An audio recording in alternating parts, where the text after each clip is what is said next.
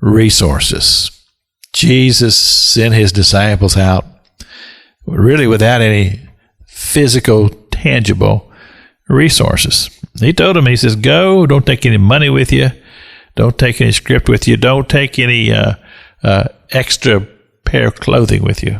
Just go with the clothes on your back and go forth and do ministry and believe that God's going to take care of your physical needs, and he's going to take you into a journey of faith. And that's really what he was teaching these men. He's teaching them about faith and about ministry, about trusting God for the resources that you need to be able to do what you're called to do. But as I've already spoke about this week, it takes you out of the norm, out of the logical mind. Faith is not logical. Faith is supernatural. And you're believing that God can provide resources that you don't see them. You don't see them. You don't just look at, there's some resources. No. These things that God will provide as you go. And that's what he was teaching these disciples. He said, as you go, God will take care of your needs. And then in that same chapter, we find where Jesus is feeding a multitude of people. And he'd taken a few fishes, and he'd taken a few loaves of bread, and he blessed it. But he did something that I think is very significant. One of those things that very possibly that we may just pass over, don't think much about it. But as he's starting the process of distribution. Now keep in mind that the resources here in this miracle are very, very limited. You got a multitude of people, and you got just a few fishes and just a few loaves of bread.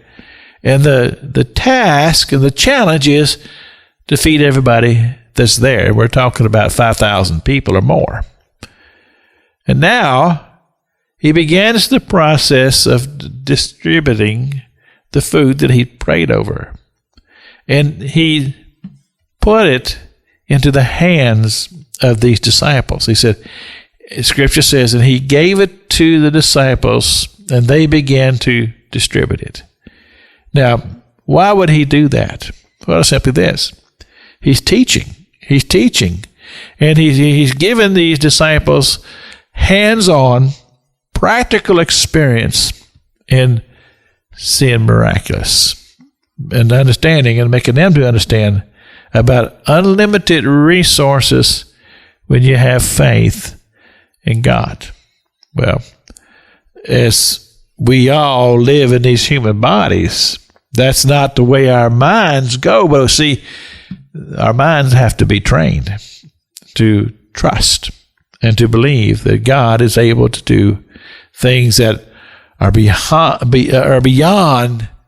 the human mind and the ability to believe. It has to go into the world of the spiritual and the supernatural to believe that God is able to do all things, and he wants to work through his disciples as he did then and as he does today. But we have to be people who are pliable. We cannot allow ourselves to be dictated by human thought. It goes beyond that, because it goes into the world of the supernatural and the world of the spiritual and the world of trust. This is Pastor Jack King with the gospel on the radio broadcast.